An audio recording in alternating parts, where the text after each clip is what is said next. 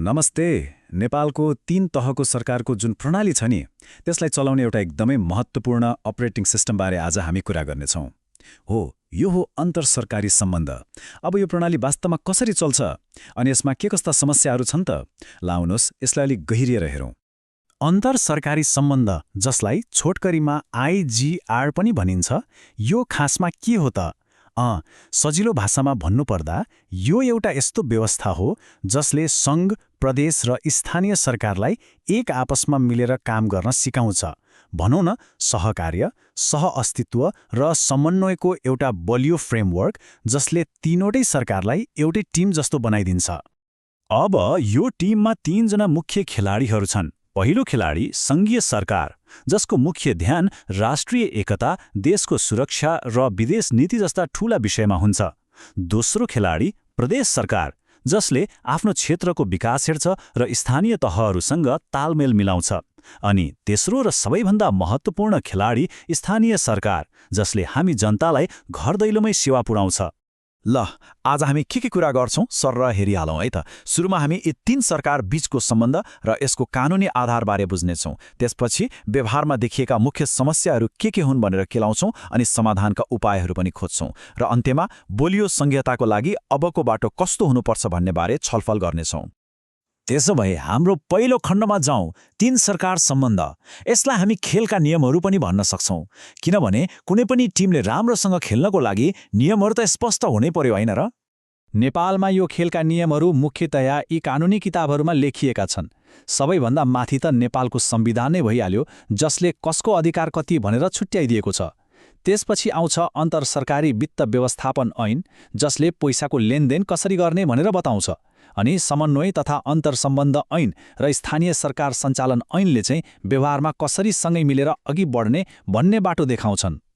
अनि यदि खेलमा केही विवाद भइहाल्यो भने नि, त्यसको लागि रेफ्रीको भूमिका खेल्न विभिन्न निकायहरू पनि छन्। जस्तै प्रदेश-प्रदेशबीच कुरा नमिले अन्तर्प्रदेश परिषद छ, तिनै तहमा समन्वय गर्न राष्ट्रिय समन्वय परिषद छ, अनि पैसाको कुरा मिलाउन अन्तर सरकारी वित्त परिषद। यिनीहरूको काम भनेकै विवाद हुन नदिनु र भइहालेमा मिलाउनु हो। ल, यति धेरै नियम, कानुन र रेफ्रीहरू पनि छन्, तर जब योजनाअनुसार काम हुँदैन तब के हुन्छ त? अब हेरौँ व्यवहारमा देखिएका प्रमुख समस्याहरू, अर्थात् समन्वयमा कहाँ दरारहरू परेका छन्। हेर्नुहोस् त, यो स्लाइडले कस्तो छर्लङ्गै देखाइरहेको छ। एकातिर संविधानले सोचेको आदर्श अवस्था, अर्कोतिर जमिनको यथार्थ। जहाँ सहकार्य हुनुपर्ने हो त्यहाँ अधिकारको लागि तानातान छ, जहाँ समन्वयले राम्रो नतिजा दिनुपर्ने हो त्यहाँ पैसाको लागि परनिर्भरता छ, अनि जहाँ सबैको लक्ष्य एउटै हुनुपर्ने हो त्यहाँ प्रशासनिक काममै अन्योल देखिन्छ। प्रदेश र स्थानीय सरकारहरूको एउटा साझा र सायद सबैभन्दा ठूलो गुनासो यही हो। सङ्घीय सरकारले धेरैजसो वित्तीय स्रोत आफूसँगै राख्यो। यो एउटै वाक्यले 3 तहबीचको आर्थिक तनावको जड कहाँ छ भन्ने कुरा स्पष्ट पार्छ।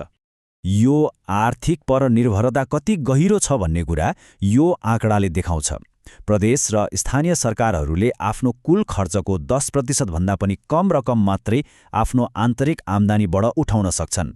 सोच्नुहोस् त, यसको मतलब 90% भन्दा बढी खर्चका लागि उनीहरूले सङ्घले दिने अनुदान कुर्नुपर्छ। यसले उनीहरूको स्वायत्ततालाई कति कमजोर बनाउँछ होला। यही आर्थिक र प्रशासनिक तनावले अरू धेरै समस्याहरू पनि जन्माएको छ, जस्तो गाडीको कर कसले उठाउने, जङ्गलको स्रोत कसले चलाउने भन्नेमा अधिकार बाँझिएको छ। सङ्घीय निजामती सेवा ऐन जस्तो महत्त्वपूर्ण कानुन नबन्दा कर्मचारी व्यवस्थापनमा ठूलो अलमल छ। अनि कहिलेकाहीँ त एउटै सानो पुल बनाउन तीनै तहको सरकारले बजेट छुट्याएको सुन्दा अचम्म लाग्छ।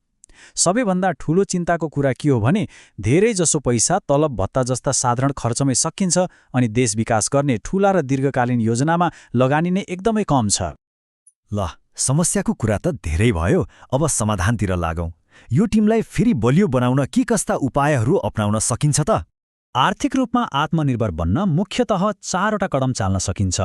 पहिलो, आफ्नो कमाई बढाउने, मतलब व्यवसाय कर, सम्पत्ति कर जस्ता कुराको दायरा बढाउने।